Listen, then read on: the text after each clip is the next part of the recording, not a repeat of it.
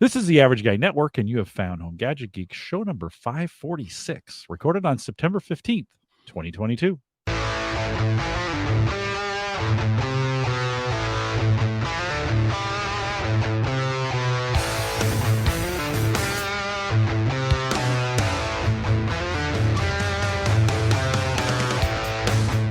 Here on Home Gadget Geeks, we cover all the favorite tech gadgets that find their way into your home. News, reviews, product updates, and conversation, all for the average tech guy.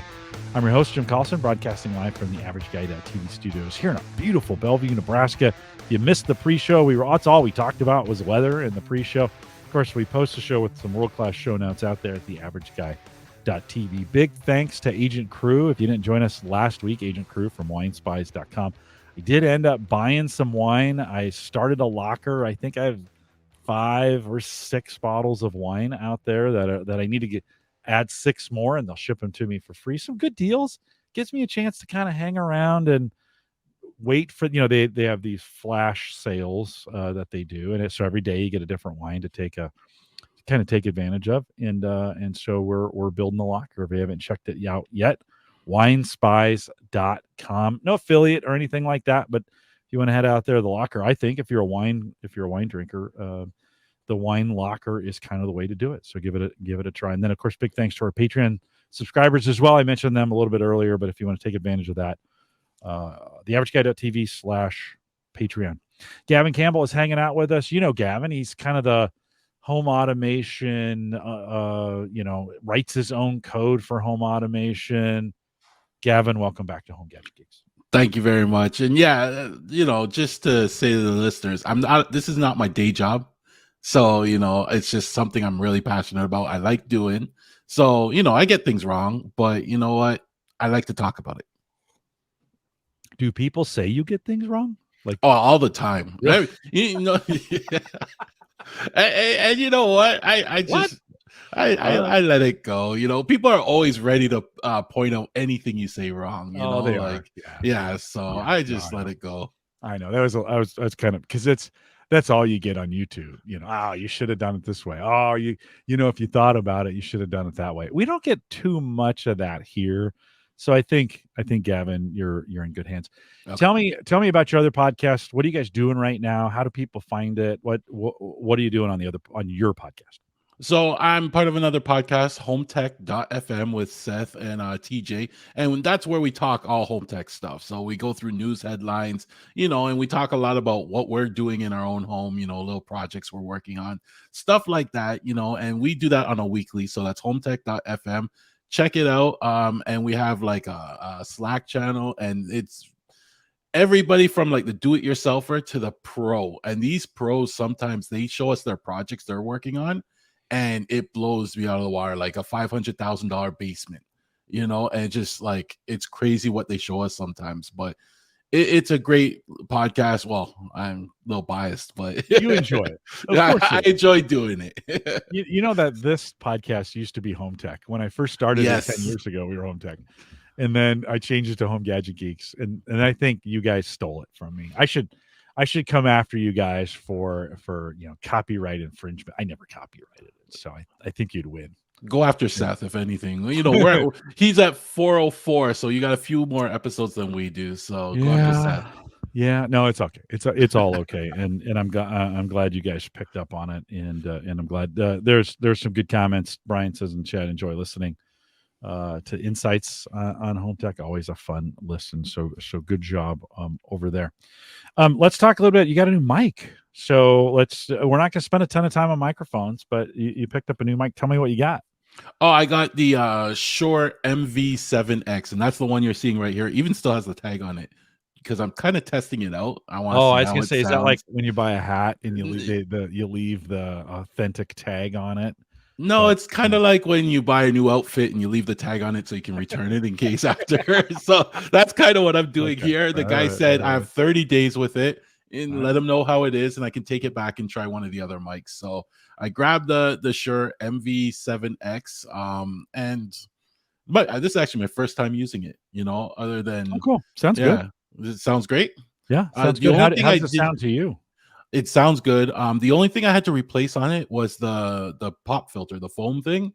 Oh I yeah. use the foam thing that came with it wasn't filtering out all my peas and stuff. This one Okay. does a much better job. So Okay. Yeah, and you're still doing radio stuff too, right? Don't you do yes. radios on Saturdays? What are you doing there? Vibe 105 in Toronto. We do a reggae show. It's also radiodublate.com. And we do a reggae show every Saturday night there.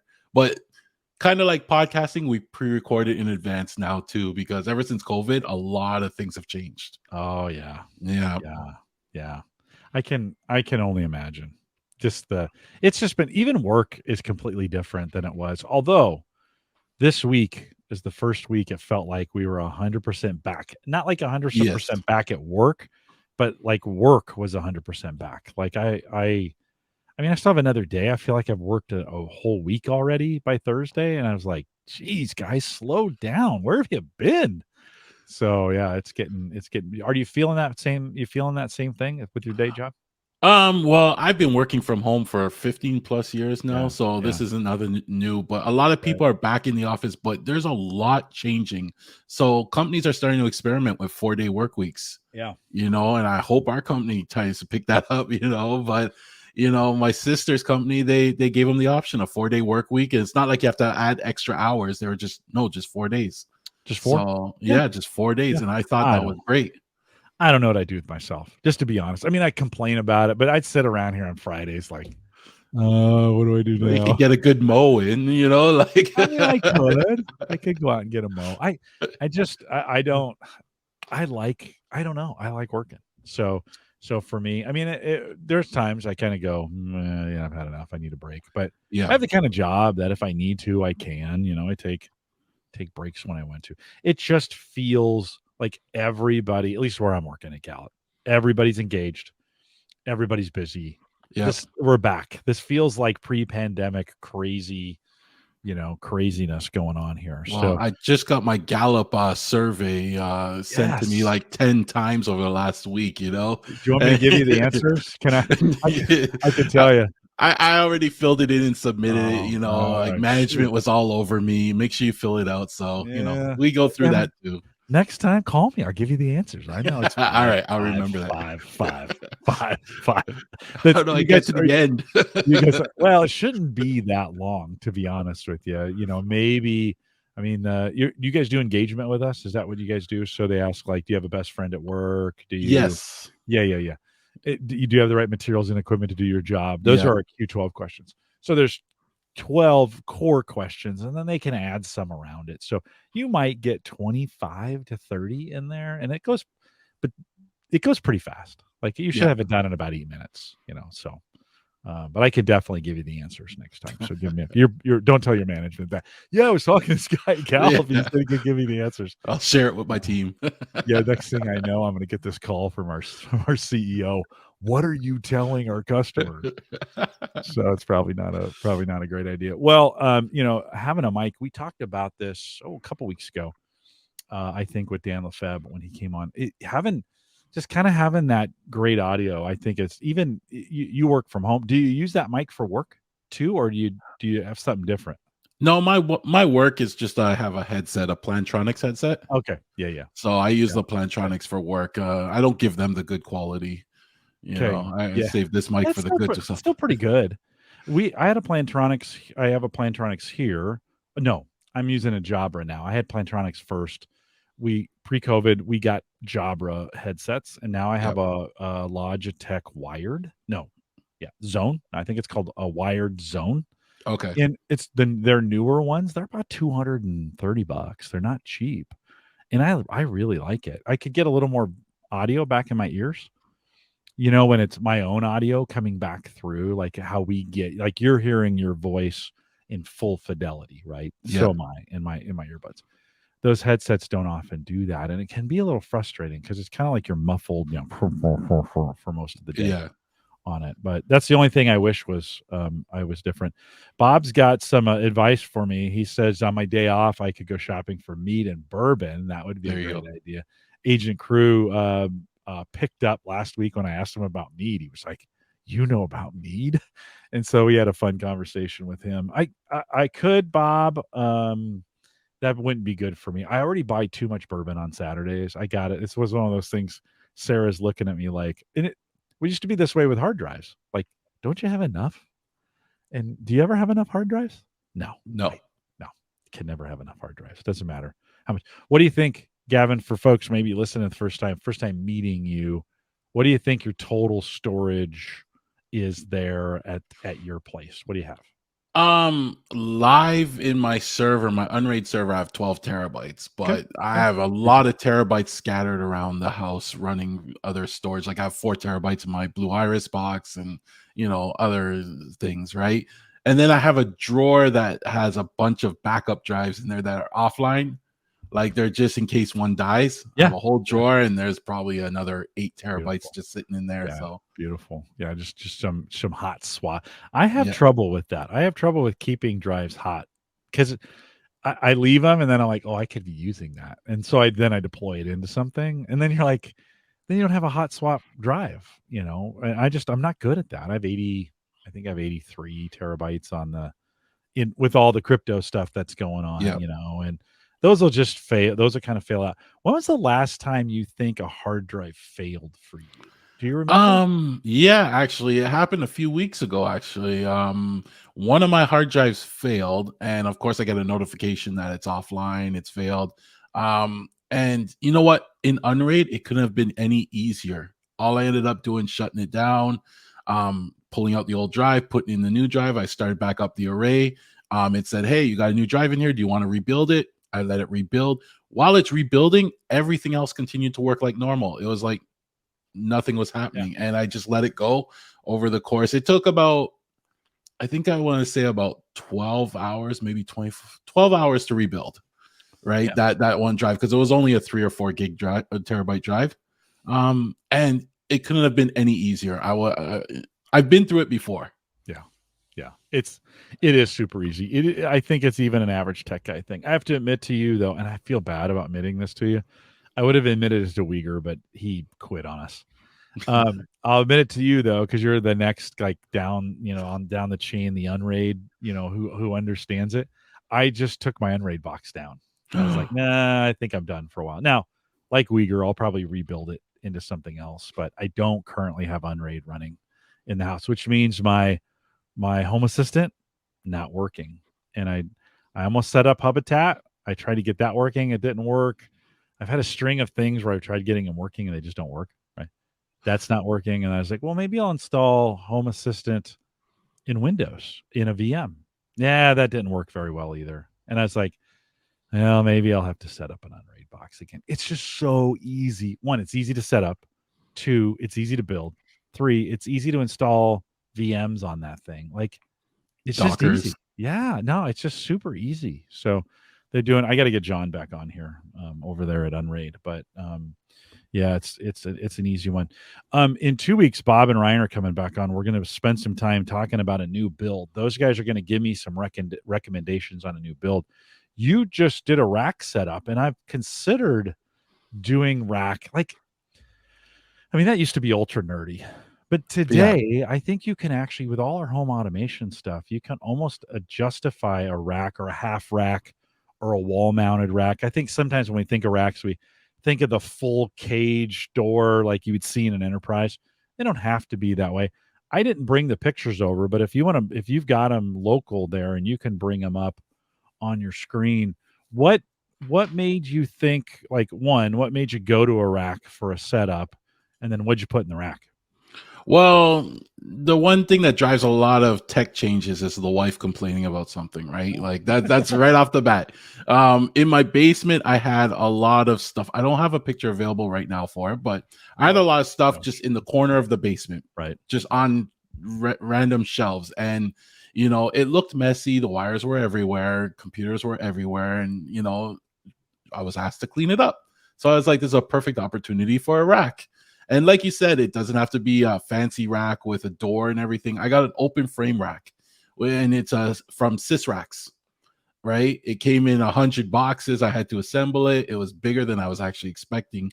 I ordered a 32U. It was much bigger than I expected, but I filled it up. I was able to fill it up easily.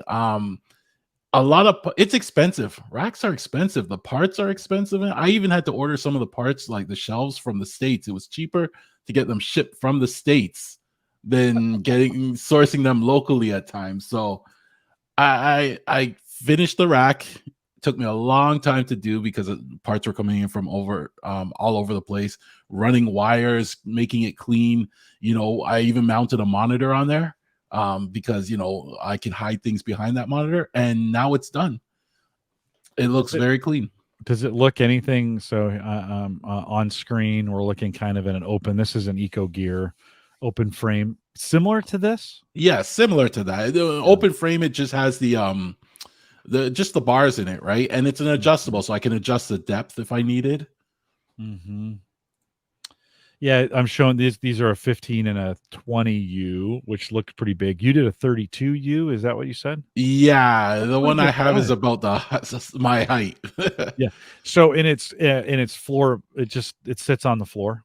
It's on casters, so I can actually roll it around as needed. Yeah. So it had some nice support. What do you think? So in the setup of it, I mean, one of the nice things about about rack is it's just clean, but you got to work to make it clean. It just doesn't, the wiring doesn't do itself, right? The cabling doesn't do itself. Yep. You got to spend some time doing that. Do you enjoy that process? Was that something? I know some guys, and I'm kind of this way. I find great satisfaction in putting all of that stuff kind of together, and I just stare at it after I've done it. Did you enjoy that part? Not really, but I'm also the type of guy. I'll be honest, not really. What I expected you to say.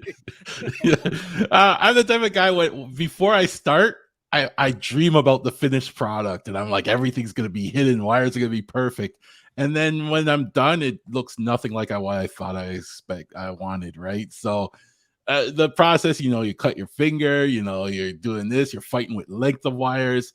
The good thing was, while I was putting it together, I was showing pictures in our Slack channel for the Home Tech guys, right? And they were giving me little tips. They were like, oh, you could plug the wires in there and run them through the back, or you could do this, and I was like, oh, that makes sense, because they've done it over and over again. This was my first rack, right? So it was great to have them on board, and they helped a lot with that. Yeah, I'm considering it for this next, I'm going to do a VR build. Yeah. So, and I'm considering it, like I've got all this equipment around here, and yeah, it's PC, but I could get shelves, lay the PC down on shelves, get that all kind of consolidated into one area, all the wiring and all the batteries, all that kind of in one place, get it up off the ground. It's not really on the ground, but get it kind of vertical. And so, but you're right. You're talking probably for a full rack like that. I mean, this one I saw on Amazon was $219 for the 20U. We're probably talking $500, probably maybe 600, maybe more. I don't know. What do you think? It's the the Canadian, you accessories. probably paid $1 million for it, Yeah, in Canadian dollars, but and they like, the rack itself wasn't too bad of a price, right? But where they rope you in is like, oh, you need a shelf now. In that case, yeah, the shelf's gonna cost you more than the rack. Oh, That's you're true. gonna need 3 shelves. Here's a slide out shelf that costs even more, right? Yeah. And then you see things that you don't have rack mounts for, and you're like, oh, now I need a power distribution, so I now got to buy one of those, and then it builds up like that. And it starts off in your mind again. You think you're going to spend maybe 300, 400. Nope. $1,000 later. Yeah. Just buy it in pieces. Right. Yeah. Couple comments. Bob asks, did you use rack studs? For sure. Rack studs, got rack studs in there. Yep. And what's a rack stud? Like, it's the, how can I explain? How you mount the thing in the rack. Okay. You use the rack studs, they go in the back, you screw into them. I'm really doing a bad job explaining it, but you get the idea. Holds it in.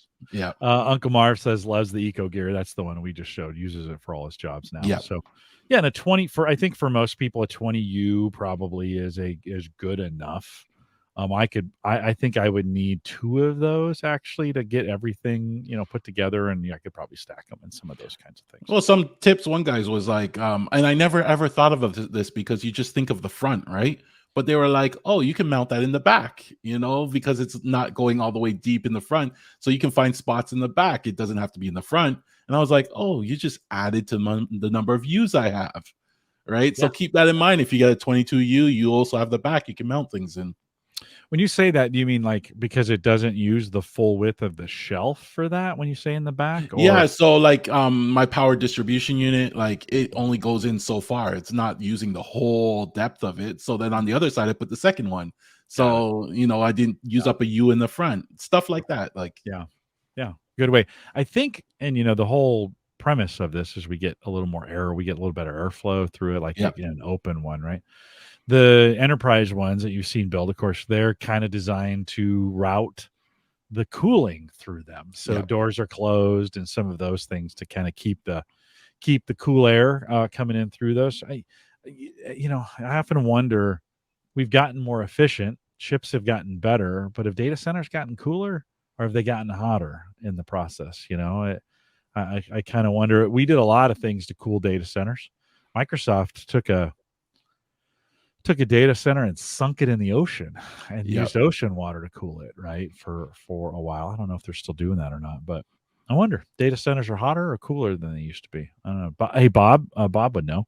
Bob, what do you think? Throw that in the chat and let me know. Do you think data centers are overall creating more heat or less than they used to with some of the stuff that we have? Any other tips or tricks on if someone's thinking about switching over to a rack? Anything you're like, oh, make sure you do this because it's important. Just plan properly because everything's gonna go, you only have so many use, so you gotta plan what you want to put where. Like I have a dream machine that's not rack mountable. So also plan for maybe changing some equipment because I'm gonna get a Dream Machine Pro and slide it in and rack mount that eventually, but it's a lot of planning, and you'll be sitting there thinking, and there's a lot of stuff on my rack that's not rack mountable. So what I did is when I put the monitor on the front, it swings out. I can put anything behind it and I just hide all that stuff, right? So it makes it look cleaner. Yeah. Did you have to buy a special monitor for it so it would fit No, the it was just a Visa mount on like a special like mount, right? So I just used the monitor I had sitting around. Yeah.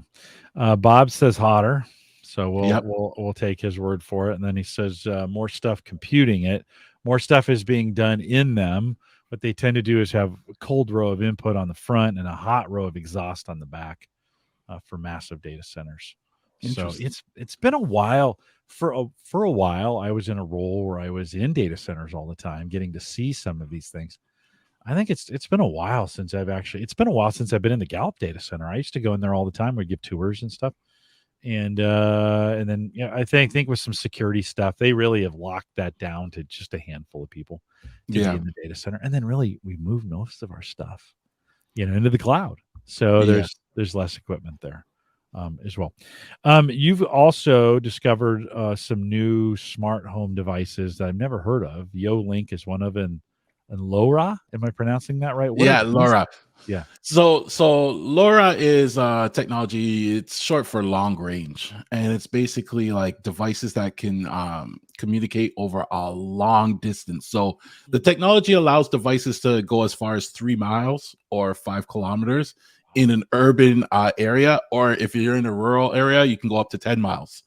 And not just that, but it also has a very good battery, so it uses very little energy when doing this. So I'm always was looking out for a way to monitor my pool temperature. Like I want to know, look at my phone and say, what's the temperature? But I also integrate it with my smart home. So I happened to come across this company and they make something called YoLink.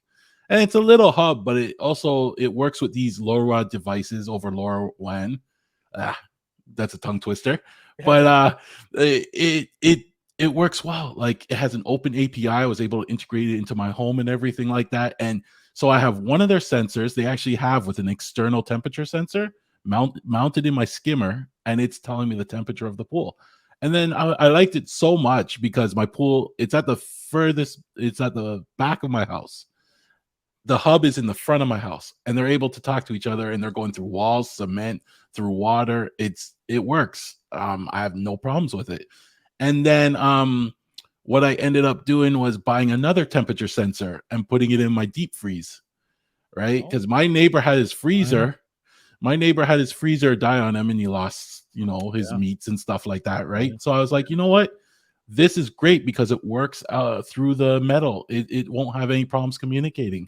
So I threw another one in there, and if it ever drops below a certain temperature or above a certain temperature, I get a notification, right? So it's great. And why I also liked it, it was very affordable. It wasn't that expensive, right? These devices, this YoLink device, you're looking at the starter kit right now. Yep. But they also have, I just bought the hub, and I bought 2 devices, and it wasn't that bad, right? I think is that the hub there?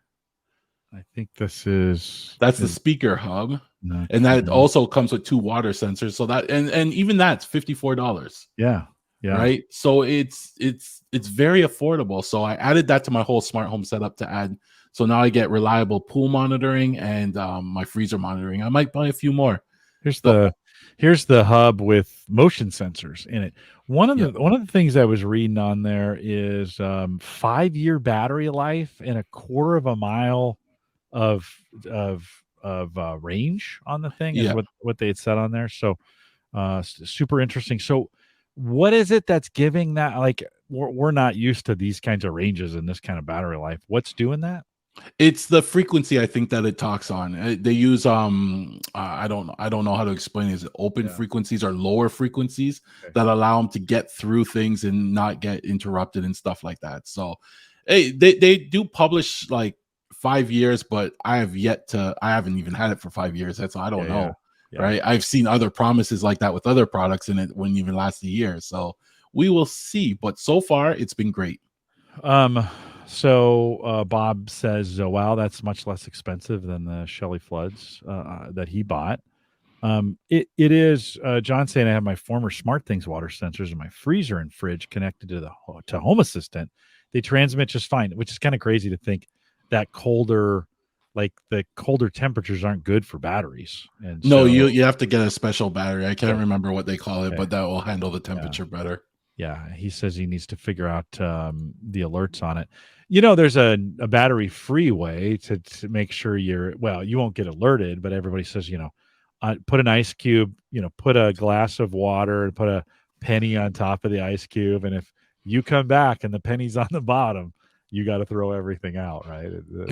Everything thawed. But this is interesting, and you're getting the distance and the response that you're looking for, because I know with Wi-Fi, I'm just trying to push this. Just this week, I bought an Amazon Fire Stick for a TV that we put out on the deck, and it's just on the other side of the wall. I mean, my router is literally right here, and it's just going through a little concrete to get out to the deck.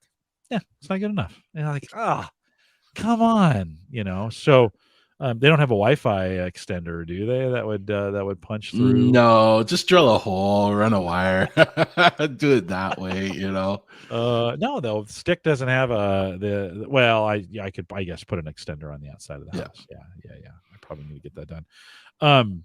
So what's it monitoring then? It's monitoring the pool. The pool and my freezer. And I'll probably buy a couple for my wine fridge and maybe my regular fridge, because you just never know, right? The only downside I had with this product was it's cloud-based, right? So I'm not a fan of cloud-based products. Yeah. Right. Yeah. But to me, it's like these are okay. Like if the freezer were to die and the cloud's my internet's not gonna be down for so long, where I would, I'd be fine. I'd probably still catch it in time. And the pool temperature, if the internet's down, I don't really care about the pool temperature at that point, right? Well, maybe I should, because I'll jump in, but it had an open API, so integration with various systems was easy. So I liked it. It was really good like that. So of course I wrote my driver and everything like that, right? How long did it take you? Gavin? I kind of have it. I have it down to, you see, the thing with APIs and stuff, especially with Zigbee and Z-Wave drivers, a lot of the code is common, So writing the drivers, you just copy a lot of the same code. And same with a lot of these APIs. The calls, may change a little bit, but a lot of the code is common. So I copy a lot of it, and it makes it easier. So we're looking at the YoLink page. They've got a lot of the Yes. things that you need.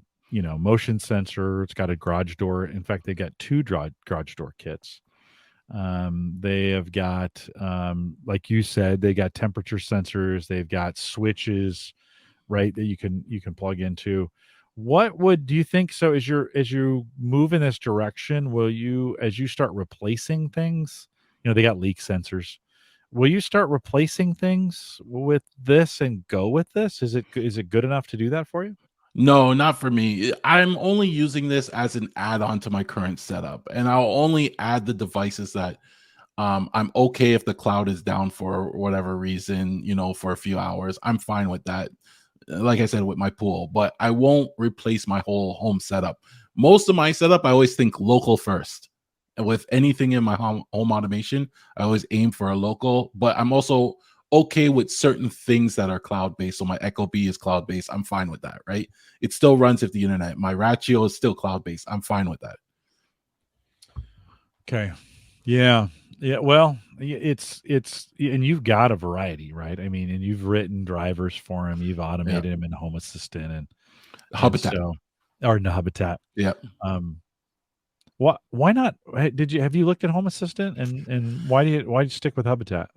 Well, Hubitat, I've been with them for a number of years, and I've learned to code in Groovy. I kind of know it inside out now. I know what I can do. It's actually, when you know how to code, it's a very powerful box. Yeah. Because you don't realize that all the drivers and all the apps that they release are just written in the same code that you write as well. They open up a lot of APIs. Their developers are there. They help you if you have any questions. It's really good like that. Now, Home Assistant at the time I started with Hubitat was still, you were messing with YAML files. It was still, I gave it a shot. I got a little for the amount of stuff I had to switch over, it wasn't really worth my time at that, especially when my home's working as it is now, right? I see Home Assistant, though, has come a long way. They're cleaning up. Their interfaces are nice. They have a huge following, and they seem to be growing a lot. So I'm gonna give it another. I'll check it. There's a way you can tie Home Assistant into Hubitat, so I can have Home Assistant running with devices on that, and it just communicates with Hubitat. So I'll give it another look eventually. I'm waiting for it to settle down, though. Yeah. I think we're getting close to that Yes. spot. I have an older Habitat. Have they released new hardware, new gear? Like if I have one, I've had, I don't know, 3 years, maybe 3, 4 years I've had my Habitat. Is Yeah. that not going to run some things? Am I in a spot where I may have to upgrade? Not really. If you're looking, you have the C7 or the C5, I'm Oh, that's thinking. a good Yeah, question. because the C7 had the 700 chip, Okay. We may have to Z-Wave talk chip in it. offline. Yeah, 'Cause so I'm trying to bring it back online. I've had some trouble with it, so, for the most part, for most people, you don't have to upgrade unless there's specific features you need in the C7. You don't have to upgrade, but for it will work with Z-Wave and Zigbee and Wi-Fi and all that stuff the same way. Yeah, one of the things I liked about Home Assistant is it literally just found everything. Like I didn't have to in my setup, I really didn't have to do anything. It just found it and said, "Hey, we've got this. Do you want to use it?" Yes. And Yeah, then the dashboards were so much better on Home Assistant than they were on Hubitat. Like I had this really slick looking dashboard that I'd put on my Surface that I could, turn the lights on and off with and, yeah. kind of do some cool stuff on it. So has Hubitat's dashboards gotten any better? Are they Not really. I would say I actually use something called Sharp Tools okay? as my dashboard, and that Sharp Tools actually is much nicer, much cleaner, lets me do integration. And I designed the Sharp Tools is how we interface with all the devices, and I designed it, the look of it and everything, and we actually use it on both our phones to control everything, and it gives me a status of everything I want. So if she's what windows are open, it will show me all the open windows, and then I can go and close them, right, and stuff like that, right? I wish they would put more time into their dashboard, but I don't think it's their priority right now. Yeah. They're still pretty young. right? And they're working on some pretty big things right now in the beta that will come out soon, and that will actually get some people excited. That's good. I'll have to. I'm kind of getting back, since I tore down Unraid, and I was like, well, can I replace Home Assistant? And then I had some trouble getting it running, and I was like, well, maybe I'll just go to my Hubitat. So I plugged that in. It wouldn't come up right away, and I was kind of like, okay, I don't have time to mess with this right now. I'll have to get this figured out. But I do miss, since I took Unraid down, I miss the Home Assistant dashboard that would show me how much ink is left in my ink cartridges. You'd be surprised how cool you look when you're the guy who replaces the ink cartridge before it runs out, right? Or you've got one on hand, like, oh yeah, I picked one up at Walmart, or whatever. Like, you look super smart. I think the other thing that was super helpful was the battery levels on a Ring. So Yeah. the front door is not to the point where it's charging. I'm on battery because the way the sun moved, it's not getting recharged. So I have to keep swapping the batteries out. And it was nice to know it was getting low. Although I think I have a bad battery too. I got one that goes from like 60% to 6 in like a day. And it's Yeah. like, that battery's probably bad. So I do miss the dashboards, and I may try to figure out how to get back on Home Assistant to make it work.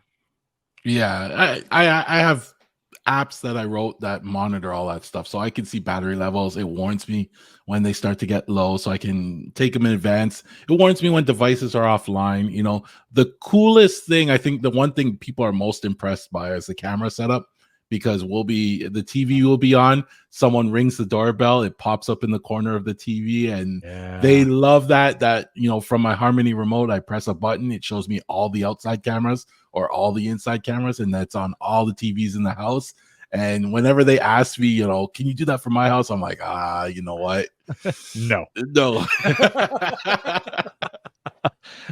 Because one, you're not going to know how to fix it when it breaks, and I don't want you to call me. Exactly. Yeah, I've always learned. I used to show all this stuff off. You got to try this, and then you get these phone calls in the middle of the weekend. Oh, it's not working.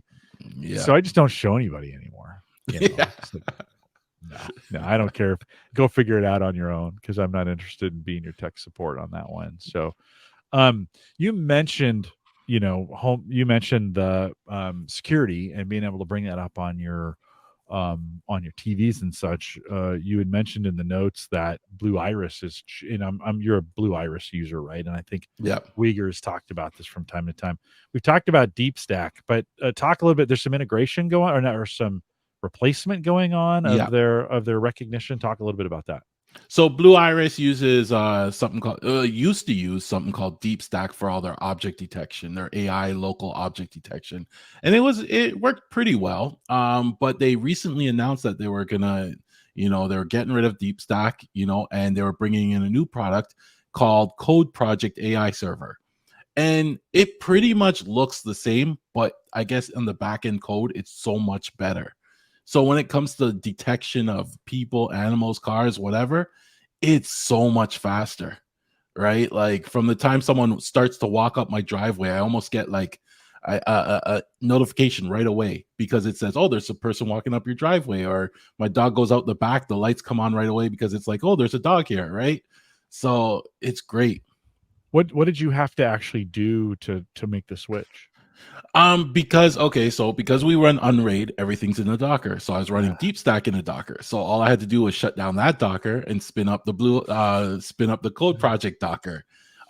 It uses the same API, it uses the same ports, it uses everything. So once you spun it up, it pretty much just picked it up and continued where it left off. I mean, there were a few tweaks here and there I had to make, but like, you're looking at like 1/4, of the speed, detection time. So if it took 200 milliseconds to detect something, it's now doing it in like 50.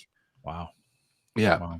Well, that's cool. So it's pretty easy to do. And do you ever sit there and watch the detection, or do you just watch it in the replay? Because I know some of those times it puts a box around it, right? Yeah. And then shows you what it is and those kinds of things. That's kind of addicting. That's like watching YouTube reels sometimes, right? It is. I don't rely on that too much because it keeps saying my dog's a cat.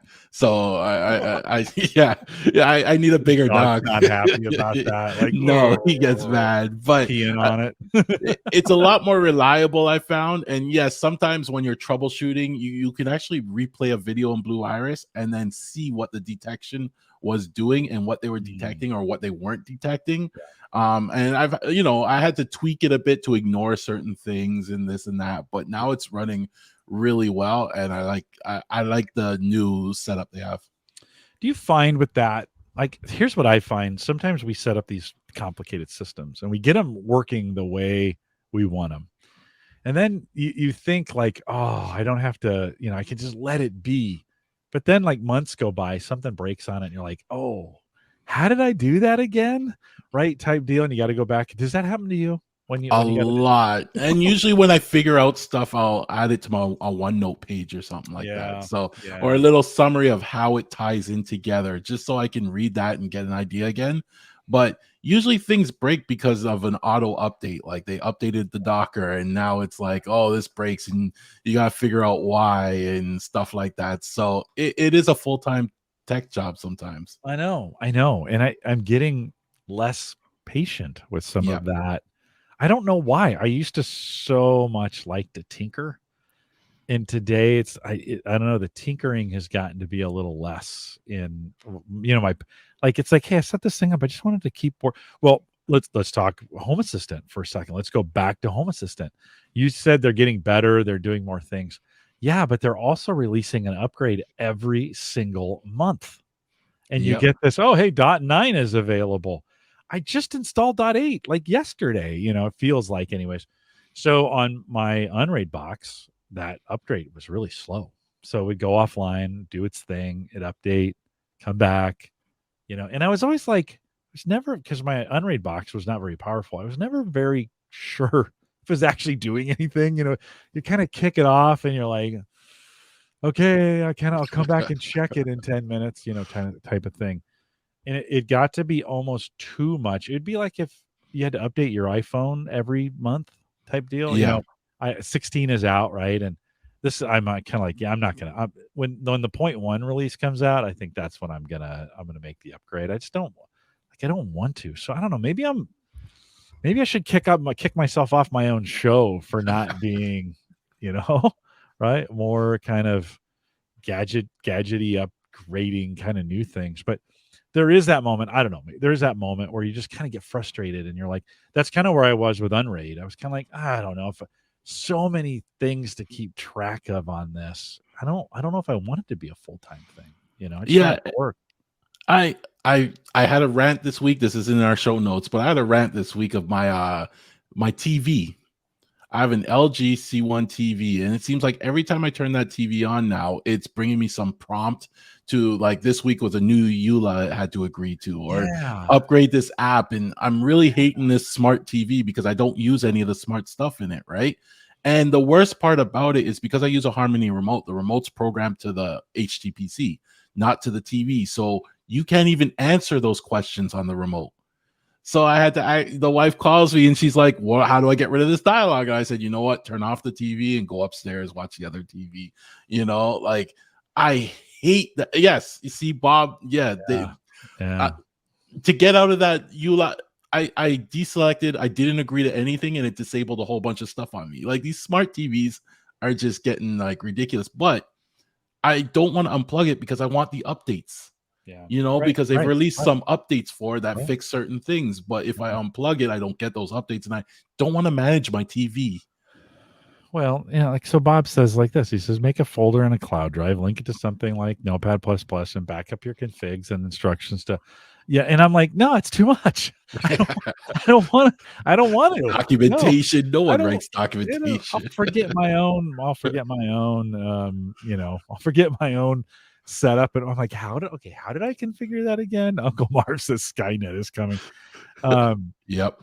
It is like the NVIDIA Shield had gotten this way for a while because I don't use the Shield as much. So it seemed like every time Sarah would be like, okay, I can't get to channels. And I'd go out there and it was an update, right? That was like Yep. either waiting or whatever. I'm like, God, I think I just updated this thing. And then, or Android, they're like, on Android, they just decide to do things for you. Nope, we're going to do it this way now. Sorry, you didn't read the long release file on this, thing. And you're like, oh, what? What? Stop doing that. You're breaking things. You're breaking Plex. They like to break Plex all the time. I don't know why, but Yeah. the Android likes to seem to mess that up. So yeah, I got to kind of figure out because I'm with you. I've got all this home automation. It's a little bit different, like Philips for my lights. Yep. I got some Govee stuff for the cigars. I've got some Wi-Fi enabled lights. I forget who makes those. I got a garage door thing. I forget who makes it. And you Um, probably have 10 different apps to control them all. yeah. Well, I have a TP link for TP link plugs, right? I got all this different. That was kind of what was nice about Home Assistant is it seemed to find all those things and unify it and bring it together, make it fairly simple for me. But you're kind of talking me back into maybe I just need to rethink my Unraid box where it's on newer equipment. The drives are accessible because I did have a drive go bad. And then I was like, well, I don't know what drive that is because I didn't document it. So that means I got to take it down. It's like, Yeah. okay, I could probably build, what's the minimum? 4 drives on Unraid, or can I do 3? 3 in Um, cache? you need a parity drive pretty much. You could do like 2 drives, I think, if you wanted. Okay. Oh no, you need your cache drive as well. So Yeah. 3 probably, Could yeah. I just virtualize the whole thing? I know that seems a little stupid, but I want to run Unraid. I don't need all the storage, you know? You don't like Unraid is nice because you could do as little as you want because my backup server is actually all it is one drive in there. It runs Yeah. Unraid, but it's one drive. If Right. that drive fails, that's fine. It's just backups, right? I'll Right. swap it, I'll put it in another drive and kick off another backup, right? So you could do as little as you want or as much as you want. It's that customizable. Yeah. Yeah. Something to build over the weekend. It's another weekend project, right? To get Yeah, the thing. by time, yes. Bob says, I listen. I have plenty of time. It's not. It's it's weird. I just don't want to. Like I used to really enjoy all that troubleshooting, but I don't know. I have less patience. Maybe Bob My says two Unraid two is a drive minimum. I don't spend much time anymore on my Unraid in Yeah. terms of supporting it. Yeah. I have it email me a lot of stuff when things go bad, so I get ahead of drive failures now. I try to get ahead of them. So if I'm getting certain errors, I'm like, all right, you know what? I'm just gonna swap that drive out. I'll use that drive in the backup computer, for example, and I'll put in a good drive and go forward with that, right? Yeah. I'd like to get a cage that almost looked like a NAS cage where the drives are on the outside so you can label them and see them. And then I would think a fairly efficient modern chip, probably an Intel chip for it, that's low power. So when it's not running, it's not taking very much, but enough power that it can run the things that I want it to run, the Dockers or the VMs that I want to run on it. Go with Um, cores. If you're looking at chips, my advice is get okay. more cores, Okay. right? Because then you can dedicate cores to certain things. So I have 12 cores in mine. I have 4 cores dedicated to a VM that runs Blue Iris and Right. various other things, and then it doesn't interfere with the other 8 cores that run all my Dockers. I have like 20 Hmm, or 30 Dockers okay. running. So they don't interfere with each other, right? And so I'm That's good. always say get more cores. That's advice. So what do you have? Which chip do you have? What are you running on there? Do you know? It's a Offhand? Xeon E5 29. I can't remember, So 2970. not very power friendly though. That the No, Xeons are pretty, aren't they? it's good with power and stuff like that. Okay. I just got a precision computer. Okay. The computer was probably from 2012, I think, and I ended up just Oh, upgrading the chip. I got the chip from California. It's cheaper to get from yeah. California. Pay like $100, and now I have 12 cores, 24 threads, and that's what I'm running in. It runs everything on there. Yeah. Yeah.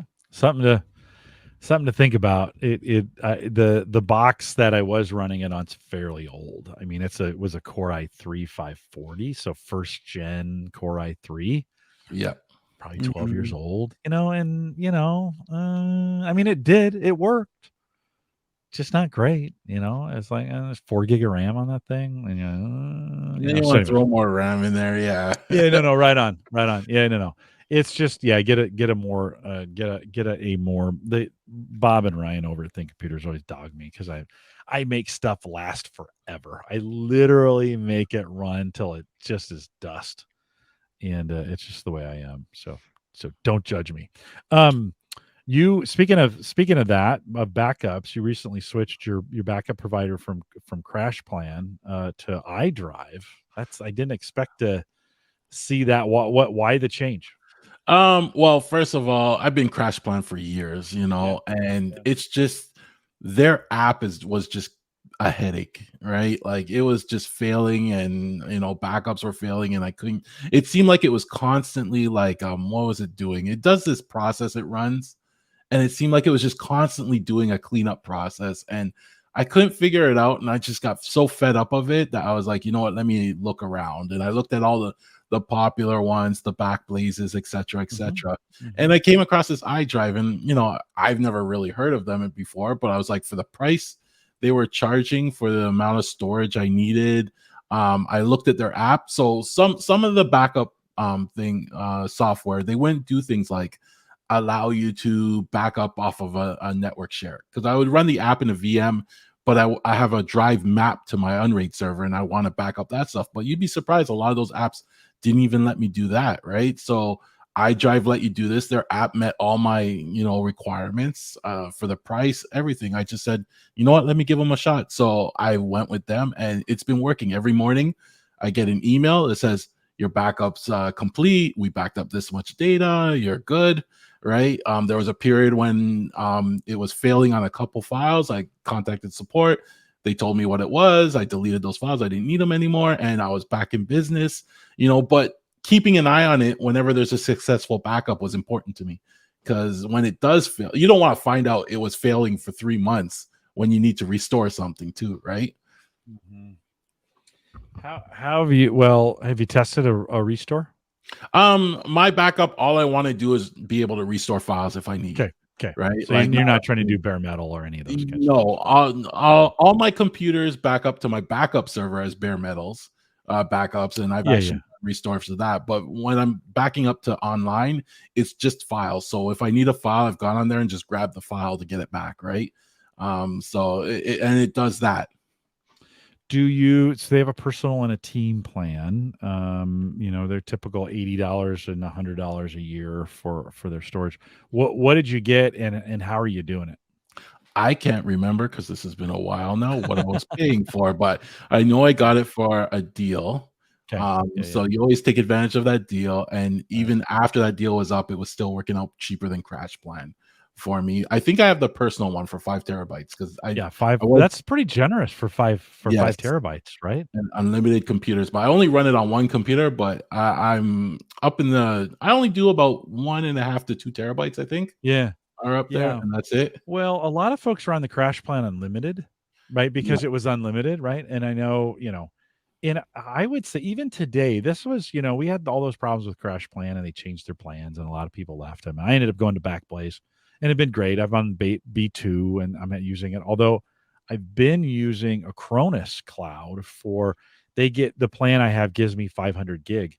And that's actually enough for the Mac and my wife's computer for the files we actually need. yeah, Like that's not everything, but it's like the computers we use every day, 500 gigs enough, right? And then Backblaze for the podcast stuff and all of those pieces. Um, but don't you think for most people, like, yeah, it's not unlimited, but 5 terabytes, that'll probably get you most of the way there, don't you think? Yeah, most people don't have a lot of data when they sit there and look at it. They Yeah. won't even get close to the 5 terabytes. You're gonna get those people that do photography, for example, where they have drives full of pictures that they want backed up. Those people are rare, and you're gonna have those that will want to back up all their movie files and stuff too. Where I'm kind of like, I don't back that stuff up because if I have to, I'll just re-rip them. But you'll have some people that are like, I don't want to spend the time. Let me just back it up and then you'll fill up that 5 terabytes pretty quickly at that point. But I back up the important stuff, my code documents, important stuff like that, right? And I Right, get right, that up there, right? And right. I have like some DJ music audio that I have to back up. That's probably the largest piece of it from over the years. So that's even I'm not reaching that 5 terabyte. Yeah, yeah. Well, I tried to back up bare metal, right, all Yeah. the time, right? Full image, back it up. I never used it, and even when I did, I screwed it up. So I started thinking, I'm just gonna do file base. Like, I'm gonna think files and make the assumption I'm never going to restore a PC from scratch. It's just not gonna happen. I'm going to reload it and then I'm going to bring the files back over. I think you act a little bit differently with the way you store things when you do it that way versus bare metal restore. Because you just save things differently. But Gavin, that's actually been successful for me. Like that has worked for me way better. Just making sure I got file storage and I can go back and restore individual files. So blow it away, throw Windows back on it, restore what I need, done deal, right? I just find that to be easier, and that actually works for me, Yeah, you in know? the end, it all comes down to what works for you. You have to find, some people are aware of where their files are being saved, where they're Yeah. finding a lot of the younger generation don't even know where their files are No, saved it's true. anymore. It's true. Studies are showing that they just know you go here and you open the file, but they don't know where that file actually sits on the Right. drive, right? Or it's even a file. Like, Yeah, where's this saved? Oh, my TikTok drive. Like it's exactly. Like I on a just drive. went to here and it shows my name, and I click on that, and the document Yeah. opens, right? Yeah. So, what works for you? Yeah. Yeah. Do you back up your phone? Yes. So my phone, I actually bought the iCloud plan. Yeah. I did too. So I Yeah. I actually share it with my mom and my sister, the wife, and I have all their phones backing up to it. I can't see their files or anything like that. Right. It's backup, and it's just, for safety. If I'm gonna buy the plan, I might as well share it with everybody. And then Yeah. one of the Yeah. bonuses, you get to share apps as well. So if I buy an app, they can get download the app as well, right? So but for photos, every now and then I'll go through and I'll empty out my photo library, my camera, right? And I use an app called, oh, what's it called again? It's PhotoSync, Mm. right? And I just launched the app and it does a sync to my Unraid server, a share on my Unraid server. And then when my phone plugs in or gets power again, it syncs through iTunes wirelessly and it syncs it back into my photo library on the phone. Hopefully that makes sense. Basically, I'm getting it from Yeah. the camera library to the photo library, right? Yeah. But I clean it up and stuff too, so I'll have the important photos on there. The rest of it sits on my Unraid box.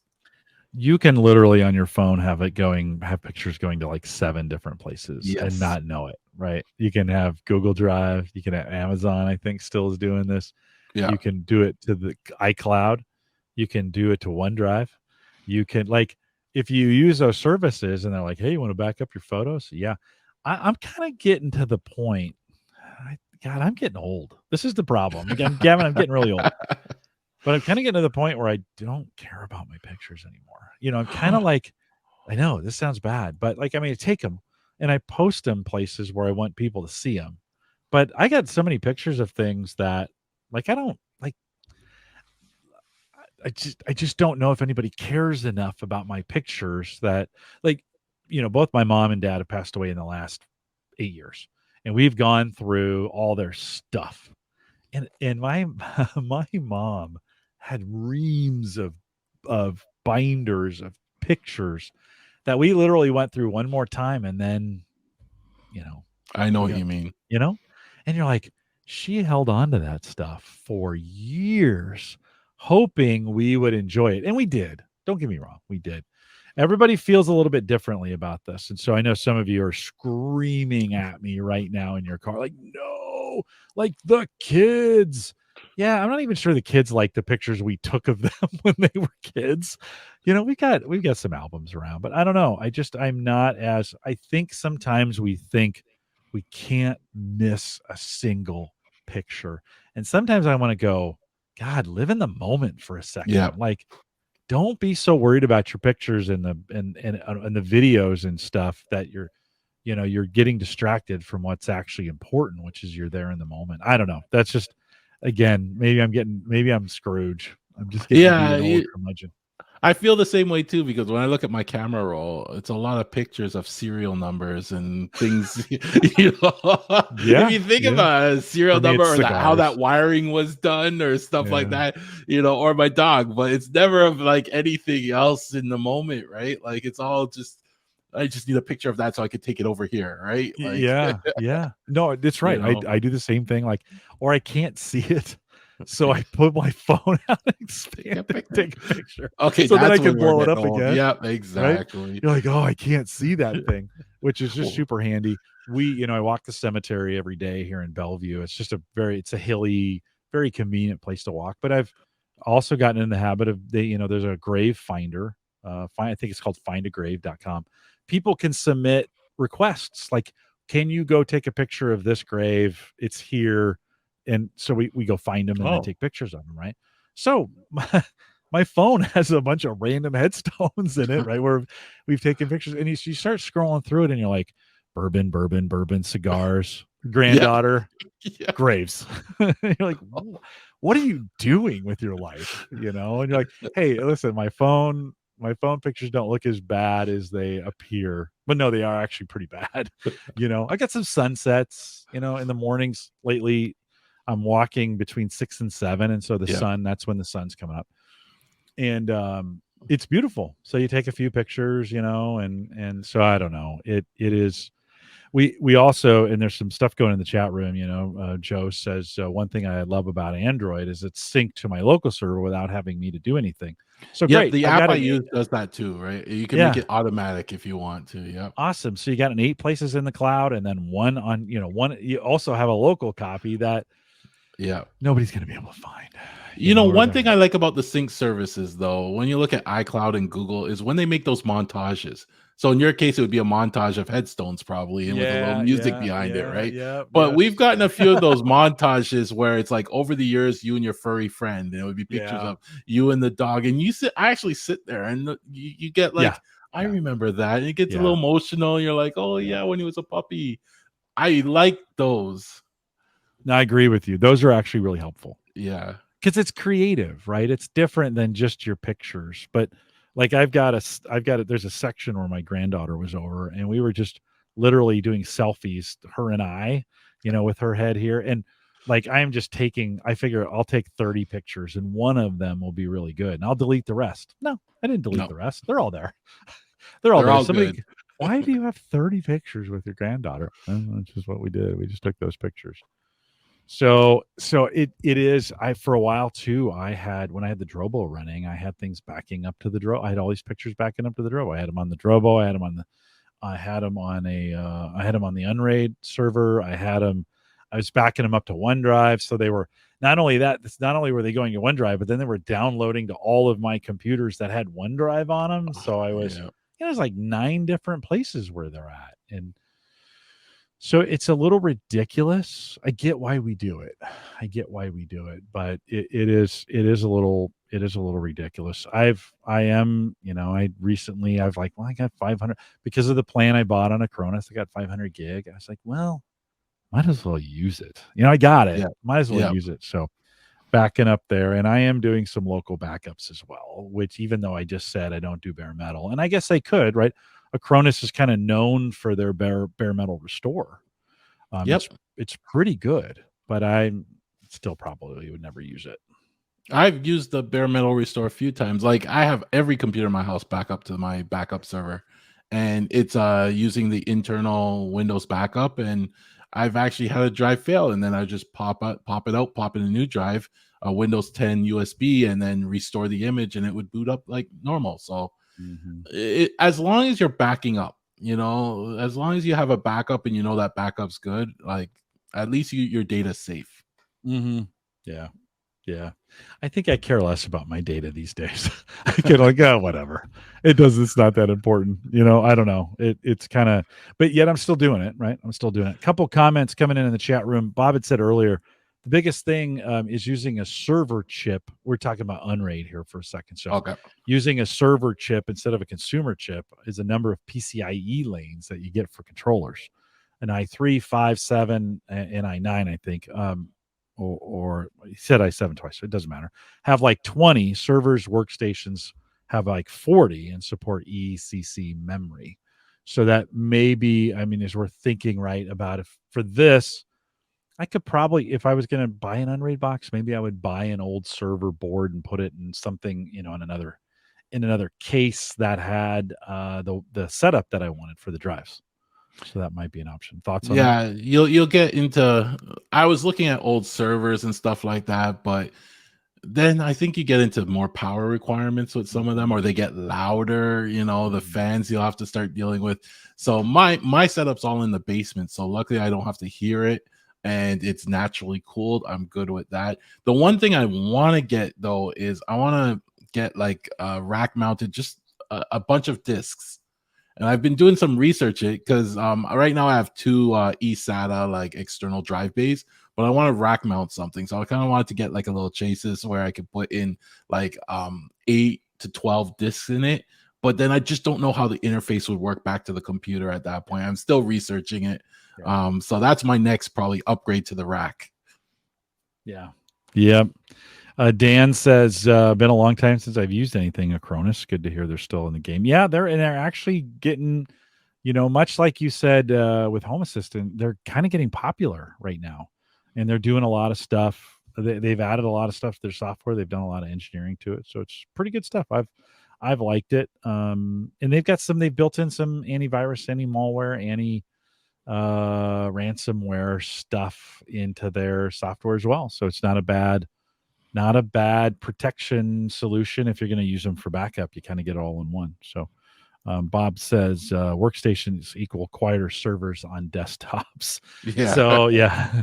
And then he says servers like 1U and 2U screaming fans are designed to be in a room that you tend to need hearing protection on. Yeah, their fans are industrial grade. They're not intended to be quiet home fans, right? They're intended to be in a server room that nobody cares how loud it is in there. So yeah, certainly some research. I guess I could dig into it a little bit more and see if I want to rebuild my Unraid server or do something. I really would prefer, to be honest, just to virtualize it. They've got a VM for it, and I probably just need to figure out. I think I'm going to need some different hardware to do that, but I'd rather kind of just Virtualize Unraid. No, sorry. Oh. Home Assistant. I really need Unraid. Yeah. I need Unraid for Home Assistant. Yes. That's right. And so you're like, and some well, you can things. run Home Assistant two ways. You can run it as a Docker, and it's really easy if you just do it as a Docker. Yeah. Right. Or you can run it as a virtual machine, which is a little more complicated to set up. I would just run the Docker. I mean, there's reasons why you do one over the other, so you might want to look into that. Yeah. But when I was playing with it, I just ran the Docker, and it took me no time to set up. Okay. I have to. Again, I need to spend more than 5 minutes. Yeah, a little more. Yeah, I'm tapping out. I'm going to go take a nap. Gavin, anything else? Anything else new, or anything else I missed off the notes that you think is important? No, we covered it all, and it was a good talk. Like a whole bunch of random topics. No, it's fun. Although they all kind of fit together. This is one of those. Yeah. I really kind of like to go through people's stuff, and then other people learn. Like they listen to that and like, oh yeah, I didn't think about that, and I do too. Every time I have you on, it gets me rethinking my Unraid storage. We talk a lot about that, right? Home automation. Yeah. Gets me rethinking it, like, well, I should probably. I've had a lot of success. It really is. If you have the Google or the Amazon infrastructure, that's actually drop dead pretty simple, right? It is. Everything fits into that, pretty much into that ecosystem, and you just say it and it just does it. If you're gonna rethink your automation or home automation, just give it a few months. Let that one sit for a few months. And the reason why I say that is because Matter's just around the corner.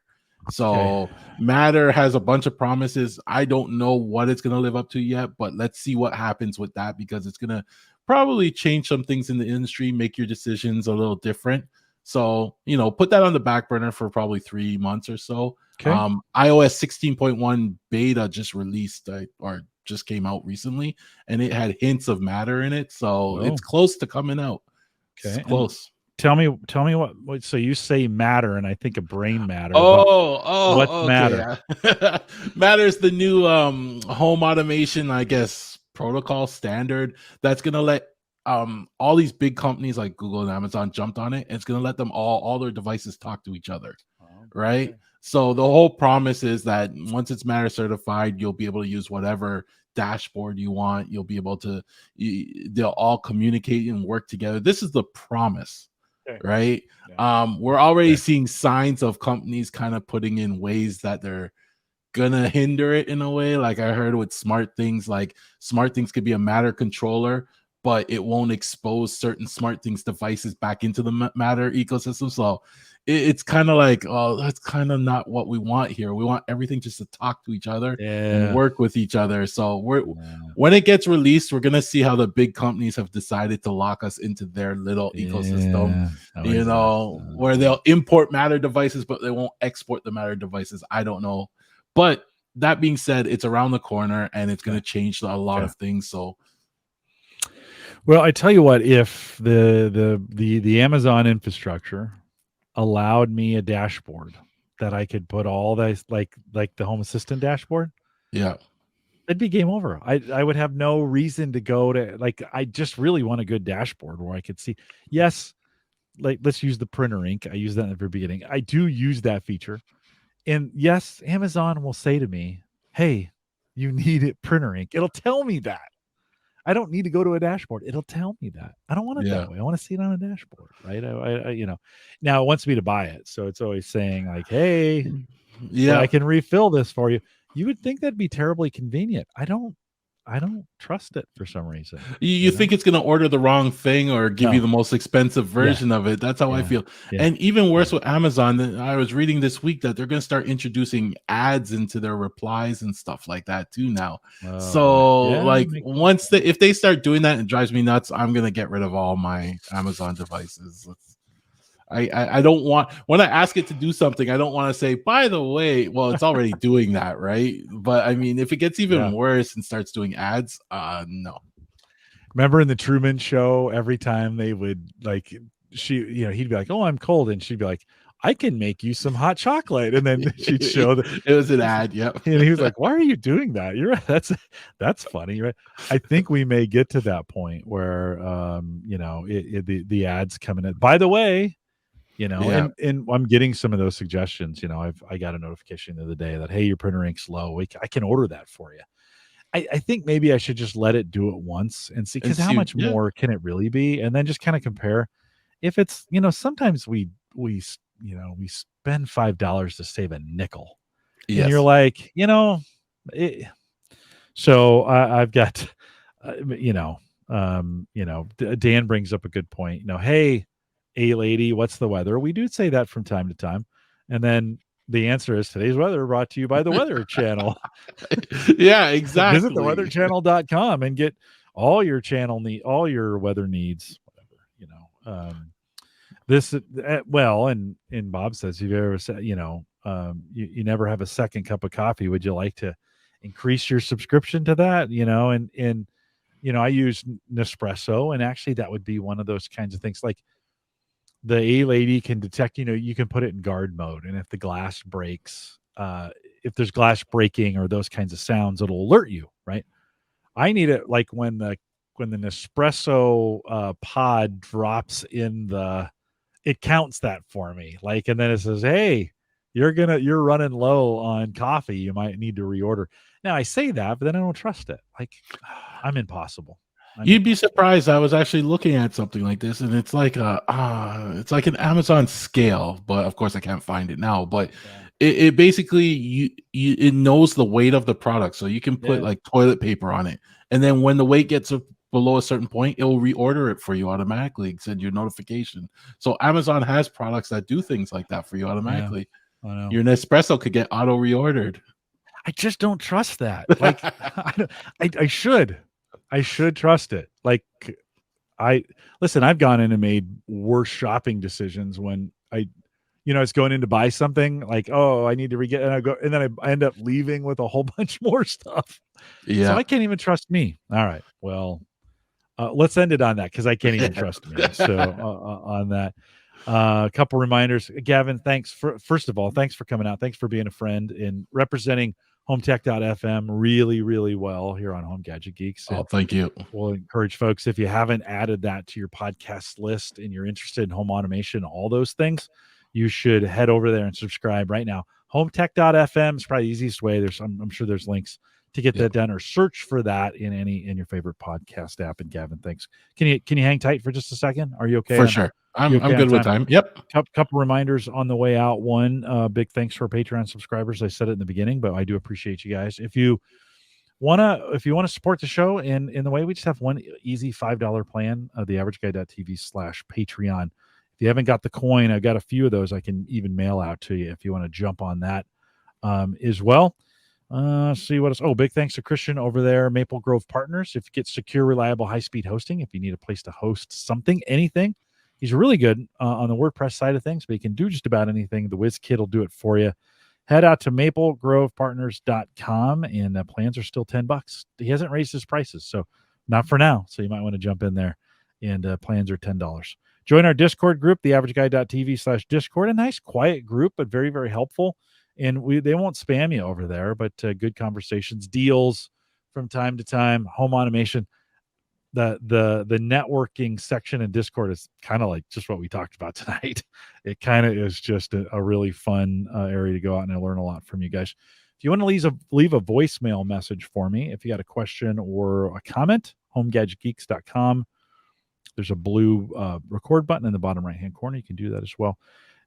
If you do leave me a message, send me an email, jim@theaverageguy.tv, just so I go and check that. I don't get a lot of them, so it could sit for a while if you don't. Again, jim@theaverageguy.tv.